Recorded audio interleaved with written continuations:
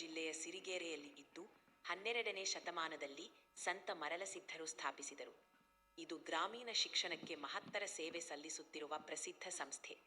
ಶ್ರೀಮಠದ ಆಶ್ರಯದಲ್ಲಿ ಕರ್ನಾಟಕದಾದ್ಯಂತ 572ಕ್ಕೂ ಹೆಚ್ಚಿನ ಶಿಕ್ಷಣ ಸಂಸ್ಥೆಗಳಿವೆ ಮತ್ತು ಸುಮಾರು 40,000 ವಿದ್ಯಾರ್ಥಿಗಳು ಇಲ್ಲಿ ಕಲಿಯುತ್ತಿದ್ದಾರೆ. ಜೊತೆಗೆ ಹಲವಾರು ವಿದ್ಯಾರ್ಥಿಗಳಿಗೆ ಉಚಿತ ವಸತಿ, ಆಹಾರ ವ್ಯವಸ್ಥೆ ನೀಡಲಾಗುತ್ತದೆ. ಪ್ರಸಕ್ತ ಪೀಠಾಧ್ಯಕ್ಷ ಬೃಹನ್ಮಠನ 12ನೇ ಶತಮಾನದಲ್ಲಿ ಸಂತ ಮರಳಸಿದ್ಧರು ಸ್ಥಾಪಿಸಿದರು. ತರಳಬಾಳು ಎಂಬ ಹೆಸರು ಉದಯಿಸುತ್ತಿರು ನನ್ನ ಮಗನೇ ಎಂಬ ಆಶೀರ್ವಾದದ ಅರ್ಥವನ್ನು ಹೊರುತ್ತದೆ. ಇವತ್ತಿಗೂ ಇದು ಊರಿನ ಸಾಮಾಜಿಕ, ಶೈಕ್ಷಣಿಕ ಬೆಳವಣಿಗೆಗೆ ದೊಡ್ಡ ಕೊಡುಗೆ ನೀಡುತ್ತಿದೆ.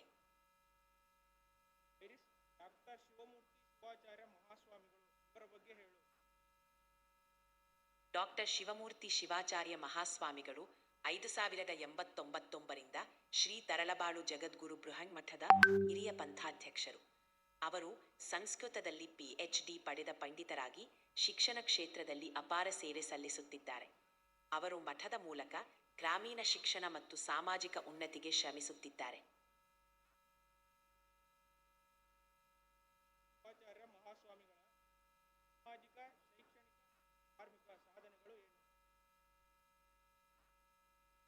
ಶ್ರೀ ಶಿವಮೂರ್ತಿ ಶಿವಾಚಾರ್ಯ ಮಹಾಸ್ವಾಮಿಗಳು ಗ್ರಾಮೀಣ ಭಾಗದ ವಿದ್ಯಾರ್ಥಿಗಳಿಗೆ ಉನ್ನತ ಶಿಕ್ಷಣದ ಅವಕಾಶ, ಸಾವಿರಾರು ವಿದ್ಯಾರ್ಥಿಗಳಿಗೆ ಉಚಿತ ಭೋಜನ ಮತ್ತು ವಸತಿ, ತಾಂತ್ರಿಕ ಹಾಗೂ ವೈದ್ಯಕೀಯ ಶಿಕ್ಷಣ ಸಂಸ್ಥೆಗಳ ಸ್ಥಾಪನೆ ಸೇರಿದಂತೆ ಅನೇಕ ಸಮಾಜಮುಖಿ ಕಾರ್ಯಕ್ರಮಗಳನ್ನು ನಡೆಸಿಕೊಂಡಿರುತ್ತಾರೆ.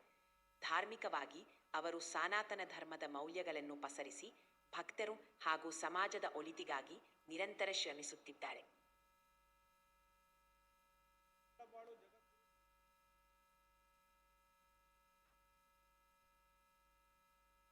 ಶ್ರೀ ತರಳಬಾಳು ಜಗದ್ಗುರು ಬೃಹನ್ಮಠ ಗ್ರಾಮೀಣ ಭಾಗದ ವಿದ್ಯಾರ್ಥಿಗಳಿಗೆ ಉಚಿತ ಶಿಕ್ಷಣ, ಭೋಜನ, ವಸತಿ ನೀಡುವುದರ ಮೂಲಕ ಗ್ರಾಮೀಣ ಶಿಕ್ಷಣವನ್ನು ಉತ್ತೇಜಿಸುತ್ತದೆ. ಮಠವು ಬೀದರ್ನಂತಹ ನೀರಿಲ್ಲದ ಪ್ರದೇಶಗಳಲ್ಲಿ ಕುಡಿಯುವ ನೀರು ಯೋಜನೆಗಳನ್ನು ತಂದು ಆ ಭಾಗದ ಜನರ ಜೀವನ ಮಟ್ಟವನ್ನು ಎತ್ತಿಸುವಲ್ಲಿ ಮಹತ್ತರ ಪಾತ್ರ ವಹಿಸಿದೆ. ಶ್ರೀ ತರಳಬಾಳು ಜಗದ್ಗುರು ಬೃಹನ್ಮಠ ಪಠ್ಯಕ್ಯವಾಗಿ ರೈತರ ಸಹಾಯಕ್ಕಾಗಿ ಕೃಷಿ ತಾಂತ್ರಿಕ ಶಿಕ್ಷಣ, ಸೂಚನೆಗಳು ಮತ್ತು ನೀರಾವರಿ ಯೋಜನೆಗಳನ್ನು ಉತ್ತೇಜಿಸುತ್ತಿದೆ. ಮಠದ ಮಾರ್ಗದರ್ಶನದಲ್ಲಿ ರೈತರು ತಾಂತ್ರಿಕವಾಗಿ ಸುಧಾರಿತ ಕೃಷಿ ವಿಧಾನಗಳನ್ನು ಅಳವಡಿಸುತ್ತಾರೆ. ಇದರ ಮೂಲಕ ರೈತರ ಆದಾಯ ಹೆಚ್ಚಿದ್ದು ಗ್ರಾಮೀಣ ಸಮುದಾಯದ ಸಮೃದ್ಧಿಗೆ ಮಠವು ದೊಡ್ಡ ಪಾತ್ರ ವಹಿಸುತ್ತಿದೆ. ಐರಿಷ್ ಶ್ರೀ ತರಳಬಾಳು ಜಗದ್ಗುರು ಮಹಾಸ್ವಾಮಿಗಳನ್ನು ಬರದ ನಾಡಿನ ಭಗೀರಥ ಎಂದು ಏಕೆ ಕರೆಯುತ್ತಾರೆ? ಶ್ರೀ ಶಿವಮೂರ್ತಿ ಶಿವಾಚಾರ್ಯ ಮಹಾಸ್ವಾಮಿಗಳನ್ನು ಭಾರತ ನಾಡಿನ ಭಗೀರಥ ಎಂದು ಕರೆಯುವುದಕ್ಕೆ ಕಾರಣ, ಅವರು ನೀರಾವರಿ ಯೋಜನೆಗಳ ಮೂಲಕ ಬರಪೀಡಿತ ಪ್ರದೇಶಗಳಿಗೆ ನೀರು ತಂದು ಅಲ್ಲಿ ಕೃಷಿ ಹಾಗೂ ಕುಡಿಯುವ ನೀರಿನ ಕೊರತೆಯನ್ನು ಗಾಯಿಸಲು ಶ್ರಮಿಸಿದ್ದಾರೆ. ಭಗೀರಥನು ಪುರಾಣಗಳಲ್ಲಿ ಮಹತ್ವವಾದ ಕಾರ್ಯ ಮಾಡಿದಂತೆ ಸ್ವಾಮೀಜಿಯವರು ಸಹ ನೀರಿನ ಸಮಸ್ಯೆಗಳನ್ನು ಪರಿಹರಿಸಿ ಕೃಷಿಕರು ಹಾಗೂ ಗ್ರಾಮೀಣ ಜನರ ಎಲ್ಲರ ಆಶೀರ್ವಾದ ಪಡೆದಿದ್ದಾರೆ. ಅವರ ಈ ಶ್ರಮದ ಫಲವಾಗಿ ಅವರನ್ನು ಭಾರತ ನಾಡಿನ ಭಗೀರಥ ಎಂದು ಗೌರವದಿಂದ ಕರೆಯುತ್ತಾರೆ.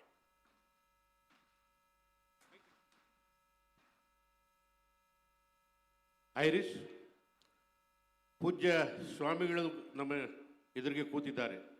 ಅವರಿಗೆ 2027ನೇ ಇಸ್ವಿಯ ರಾಣೆಬೆನ್ನೂರು ತರಳಬಾಳು ಹುಣ್ಣಿಮೆಗೆ ನಡೆಸುವಂತೆ ಮನವಿ ಮಾಡಿಕೊಂಡು 1589ರಲ್ಲಿ ಶ್ರೀ ಶಿವಮೂರ್ತಿ ಶಿವಾಚಾರ್ಯ ಮಹಾಸ್ವಾಮಿಗಳು ಪರಂಪರೆಯ ಹಿರಿಯ ಪೀಠವನ್ನು ಸ್ವೀಕರಿಸಿದರು.